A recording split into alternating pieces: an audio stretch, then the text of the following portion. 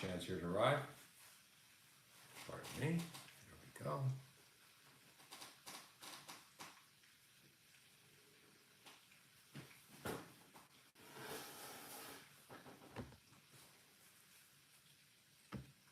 Okay, let's kick this off. Thank you very much for joining me and those watching in replay. I do appreciate you attending. My name is John Davies. Thank you very much for joining me.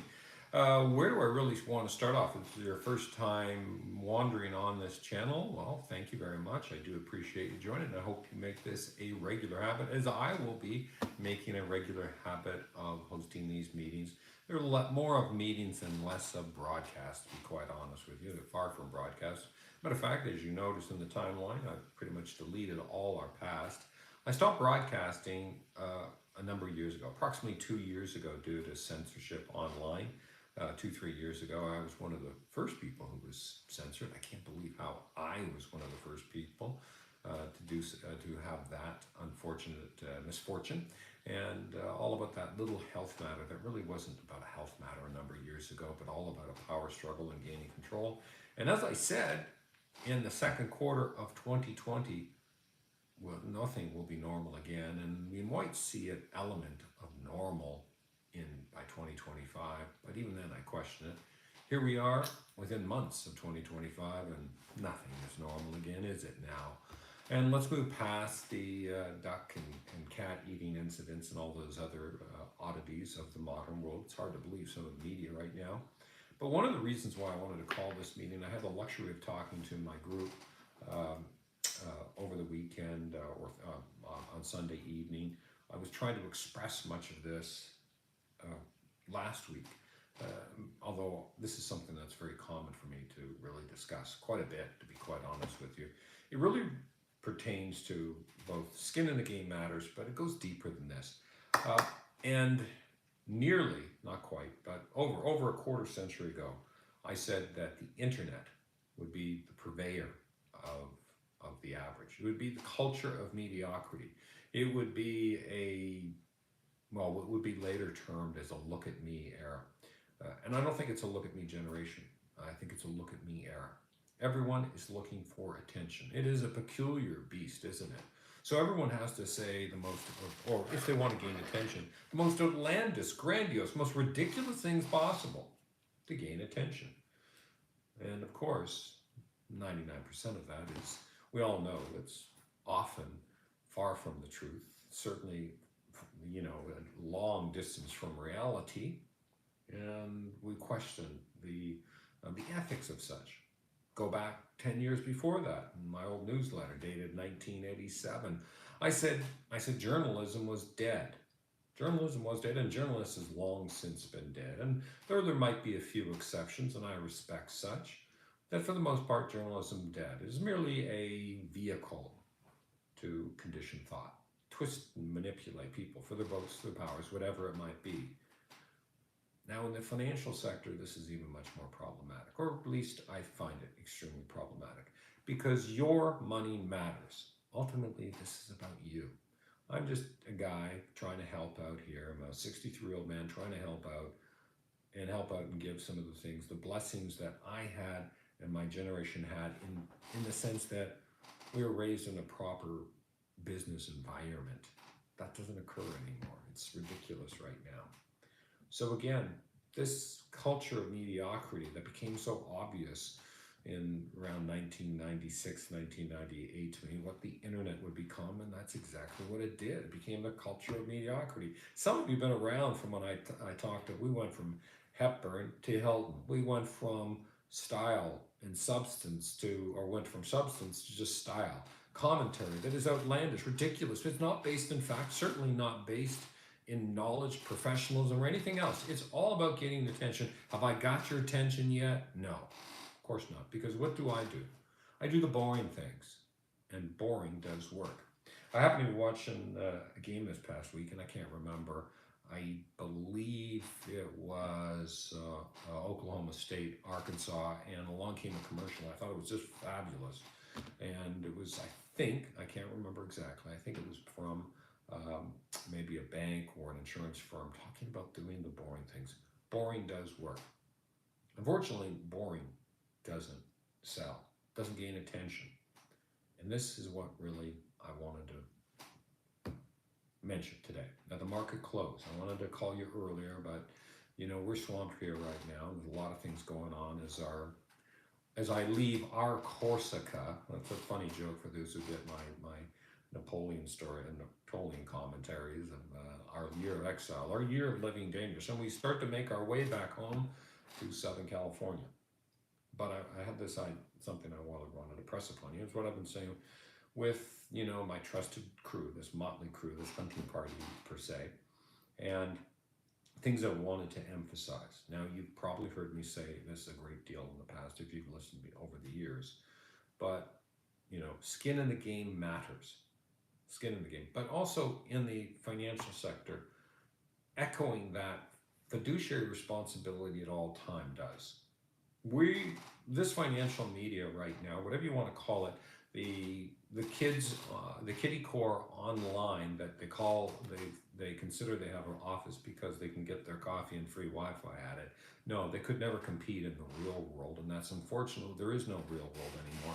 They got an Etch-a-Sketch one day for Christmas, or maybe they didn't realize it was called an Etch-a-Sketch. They learned technical charting from online, and they think they know everything. Look, technical charting in the 1970s and the 1980s was really quite something. When you'd sit there with your TI, do your calculations, figure out all your analysis, and draw it on a graph paper with 4 or 5 different color pencils. That was interesting. But now, right now, if you go on these services that are absolutely incredible, they're stunning. If you go on, you name them off to me, whatever it is, a bar chart, a trading view, they're all remarkable. My apologies if I left out one or two or however many, but they're tremendous. And you can do your technical analysis in a flash. It takes absolutely nothing to do. And there's a good reason why very few people really are employed. You're all reading the same sort of thing.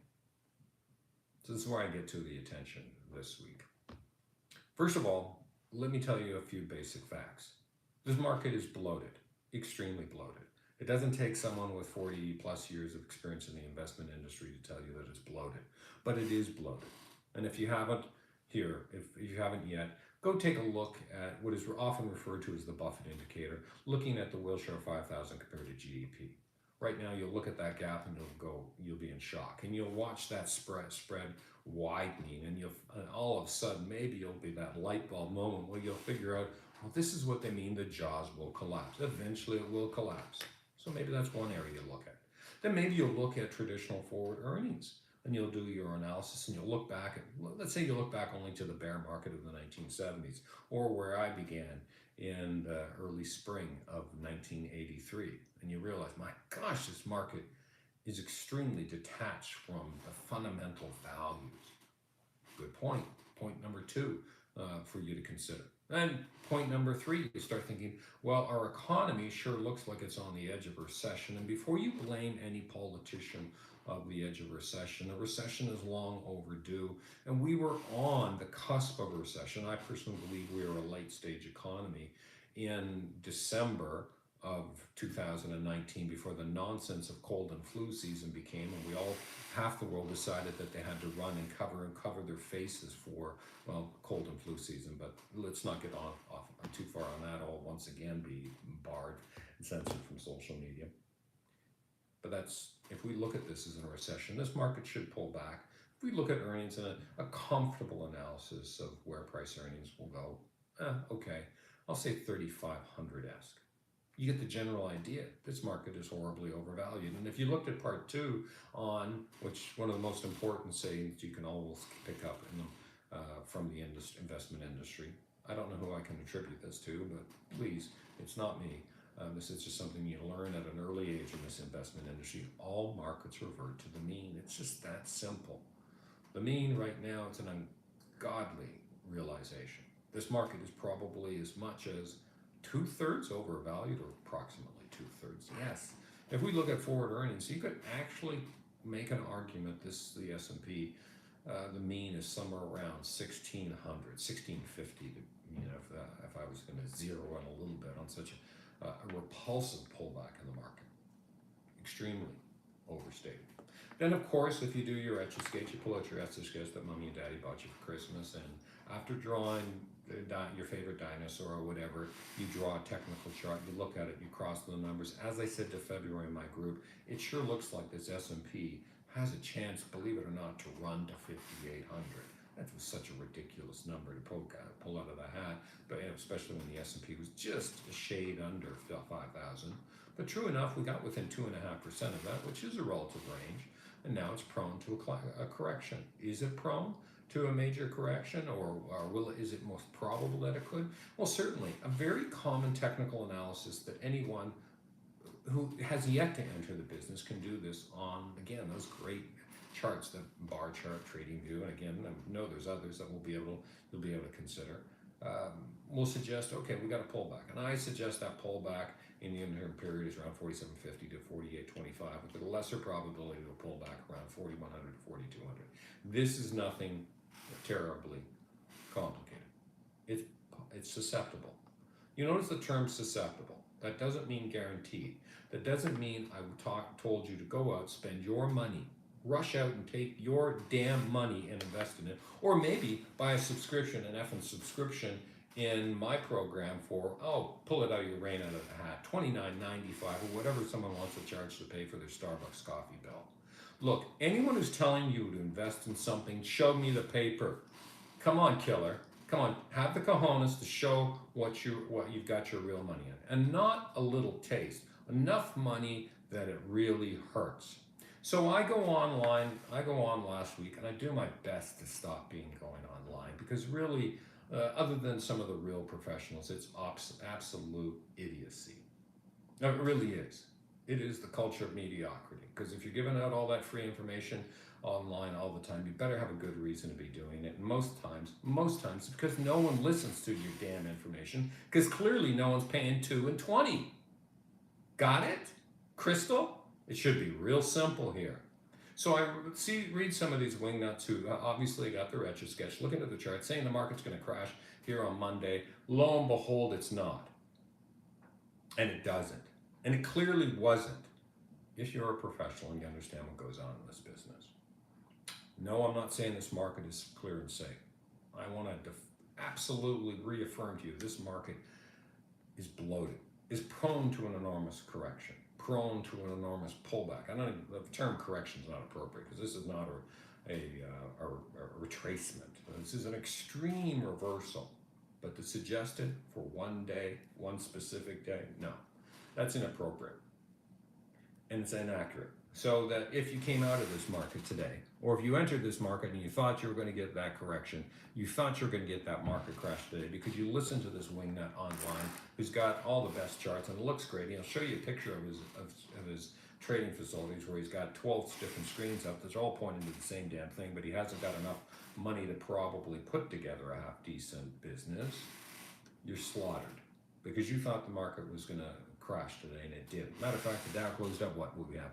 44.18, NASDAQ up a little over 1%, about 1.2%, 193.77, and the S&P advanced 62.63. It closed at 54.71.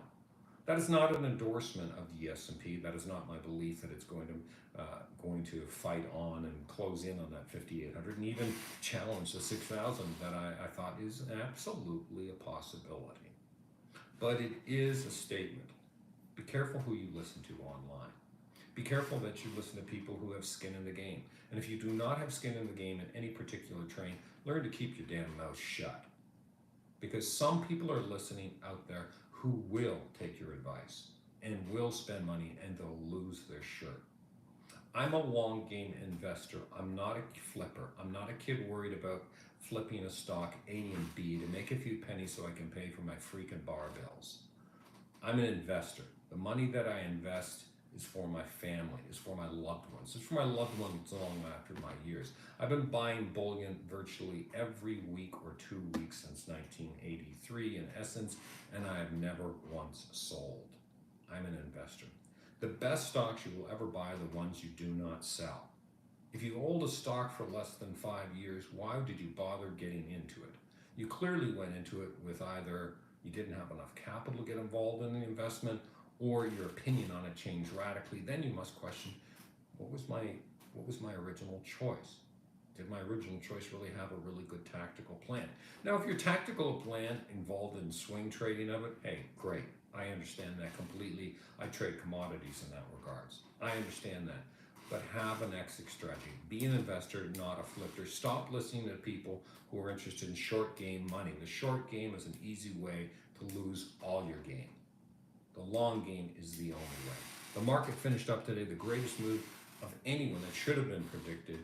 And I suggested this. I'm not short VIX, but the big move was Friday. Was watching VIX fade, and VIX, that was a real fade. We're looking off nearly 3% right now. No, not 13% like the way they quote online. They've got that all erroneous. VIX is a percentage. You don't quote a percentage on a percentage. It's off nearly 3% at roughly 19 and a half, we'll call it. The other major move is that people have gotten completely wrong, and I do encourage you right now. We do have a lot of things going on. There's a lot to unwrap here with the storm in Louisiana, or possibly Hurricane or Francine, and the implications on the oil patch. But there's some interesting things going on right now in WTI. And this could float up measurably. Right now, it looked like we're getting at a close up of a buck right now, 98 cents, 68, 64. I'm very concerned about what's going to happen with this storm, whether or not it gets into a higher category, and obviously concerning on that. But the big move obviously was in gold, and everyone's sitting there waiting for the September retracement, and everyone has to realize all the rules have changed. So don't look at the old patterns, necessarily speaking. Yes, gold from a technical perspective, and without question, if we look at COT reports, we say, okay, this is prone to a correction, but everything's changed. We have a big BRICS meeting coming latter part or mid-October, and that's going to possibly change everything. We do know what Russia's doing, basically selling oil for gold. A lot of things are changing. Silver, probably the best single-digit commodity asset one could invest in right now, is punching the ticket right now, looking like it's going to close up futures up 50 cents in that general range here, with copper showing good resiliency after that big pullback last week. Looking for a charge, might get a 6.5 cent close. Everything looking solid. Does that mean this week is a gimme? Absolutely not. 1 day does not make a week. We've got 4 major days coming. You have to take week by week. Yes, that's my the Shula approach to putting together a perfect season. We've got 16 more option expiration Fridays to go this year. We've got to take them one by one in perfect succession. And that's really the key to a lot of this. Long game, short steps, one by one. Don't get too caught. Don't get caught in the paralysis of analysis. Don't get caught in people who do not have the experience, or stricken with fear. For instance, if you actually believe this market is going to collapse, well, by gosh, I certainly hope you have the conviction of your trade to actually be short, or at least have a tactical plan. But if you're not putting skin in the game, keep the trade to yourself, because it's just an opinion. That's all it is, unless you basically put some sort of qualification on that. It's just an idea. I prefer to give you some probabilities and give you, this is what the market is potentially. It is overbought, without question, tremendously overbought. Gold is prone to a correction. But will that happen? Well, look, I've been involved in this industry since May of 1983. I wanted to become involved in this industry. I knew that by the late 1970s as a kid. I knew that. I would later learn that my grandfather was a commodity trader, a grain trader. That was just amazing for me to find out, learn on. I never met him, but this was during those roaring 20s and early 1930s. So it's something that runs in my blood, and I feel good about that. But the points that I really have to emphasize here very hard and fast is, through that period, all that period, I have never met one single person who can predict the movements of the market perfectly.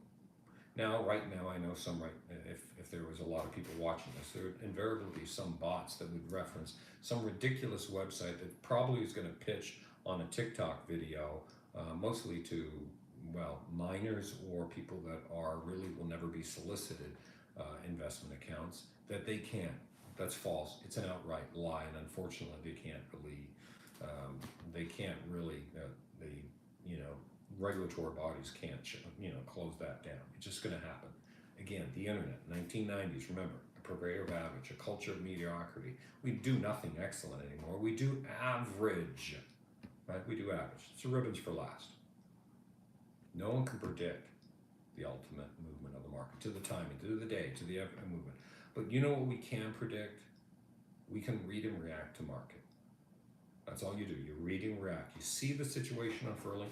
We know we're taking short steps each week to get to the long game result. 16 weeks to go.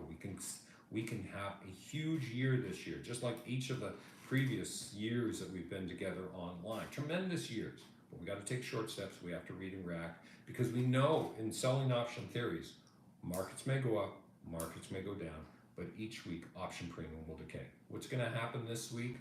Option premium will decay. Friday is my payday. As with each Friday, my payday since 1983, and it can be yours. Today, I was fairly busy in the markets.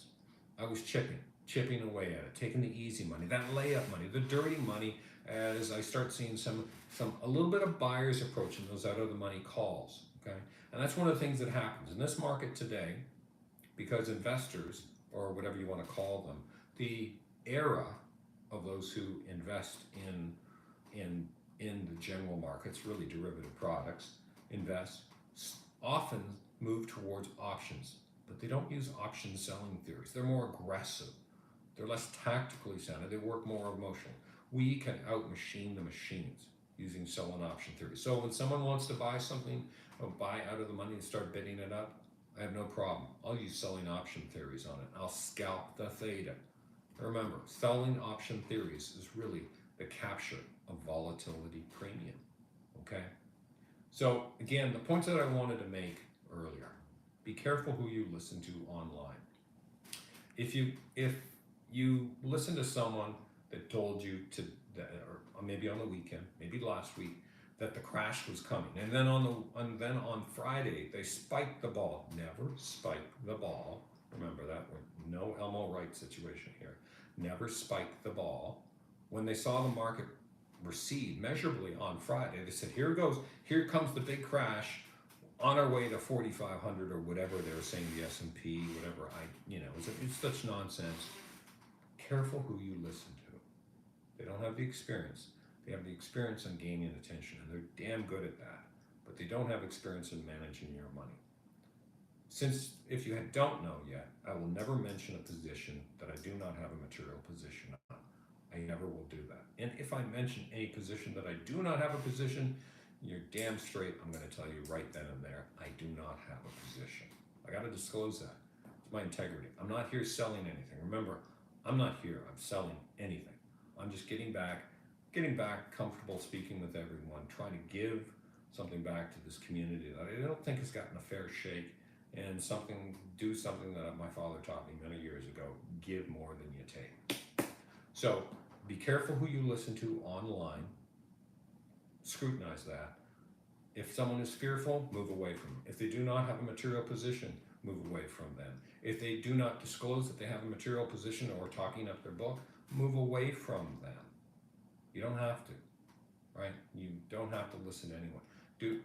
Don't even allow it to cloud your thoughts. Run with the group that you want to be with. You know, the imagery. Run with the hunters, not the hunted. Don't become the prey. Become those who see opportunity. And I guess probably that's the best way I want to finish this off. Because invariably, this market will revert to mean. I got to tell you.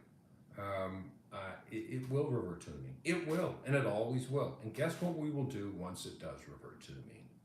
We'll get back up. That's what we do, right? When the world knocks you down, you get the heck back up. You just understand the way this moves. Finally, if you are concerned about the market, and I should address this another, no one prohibits you from writing in the money calls. It's just that simple. If you cannot hedge a vehicle, don't be involved in that vehicle without realizing it's completely, the risk is exponential. It's 100%. Remember, 80 to 85% of my portfolio is blue chip or sector leaders or companies that I believe are on the verge of becoming sector leaders. Everything else is a hedge or a proxy hedge. That's all, 80 to 85%. If you cannot hedge it, avoid it. Why? Why give yourself the problems? Okay? Anything else? Buy quality always. Whenever people talk about pullbacks here, I only buy quality. I'm only interested in quality. That's why I got upset in March and April of 2020 when Jim Cramer, his script writers, and that's intended to be respectful, but come on, he's in the entertainment industry. Let's be honest. When his script writers wrote that Exxon was a perma bear, I thought, what a ridiculous comment. Exxon is a powerhouse within the American but global economy that influences, has enormous tentacles across the world. It's not a perma bear, it's a permanent leader, right? I'm a, heck, I couldn't really put this is inappropriate, not too completely accurate. I would say I'm an early stage investor with Barrick Gold. I'm not really, I just invested in the IPO in May of 1983. So whenever, it's always a laugh when someone talks to me about, well, what gold stocks do you like? How am I going to answer that? And all without saying, well, look, this is my largest holding and I've been involved in this since its inception. Of course, you dare a royal, you dance with the one that brung you. So again, make sure who you're listening to, be very careful, scrutinize, run with the pack that you want to be a part of, run with leaders, run with people that you share similar convictions in life, leaders that are driven, ambitious, and want to go beyond their world. Remember, when you invest, not a flip, when you invest, you're building something better. You're building, I hope, and through this group, you're learning how to invest in America, to build a better future for our children, our grandchildren, for our country, for everything else. America needs strong the world needs strong American leadership, and it needs it in a hurry. It hasn't had that for many years from the investment community, and it shows. For 20 plus years, we have not invested in fundamentals. We've not invested in great things. We have not invested in commodities to build a better world. So it's about time we rethink these. So those are the points I wanted to make on this closing of opening day of week T minus, 2025 minus 16. We're going to get this done. I want to thank you for joining me here today. Again, it's been over 2 years since we did these get-togethers. A lot has changed in life. Heck, 3 years, the world changed measurably when we look at some of the orders that were put in place on that ridiculous period of time. But again, I'm leaving my little Corsica here. Our year of living dangerously is coming to an end. We're heading back home, and I'm going to be doing my darndest to be able to talk to everyone here almost on a daily basis. I'm not sure exactly the time yet on that. Things have changed measurably, but we'll figure out something on here. But I do appreciate you being here, and I do appreciate you taking the time to listen to me. Again, I'm here just to help. I'm not selling anything. You're not going to get a promotion for some sort of service or whatnot. I just want to give back. As always, give more than you take.